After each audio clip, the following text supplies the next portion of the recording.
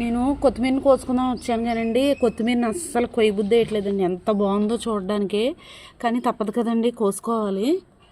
కొత్తిమీర అయితే చాలా లేతగా ఉందండి, చాలా ఫ్రెష్గా ఉంది. మనం ఆర్గానిక్గా పండించుకున్న కొత్తిమీర మనకి ఇలాంటిది మార్కెట్లో దొరకాలన్నా మనకు దొరకదు. ఇది అంత బాగుంది. స్మెల్ అయితే చాలా బాగుందండి, స్మెల్ సూపర్ ఉంది.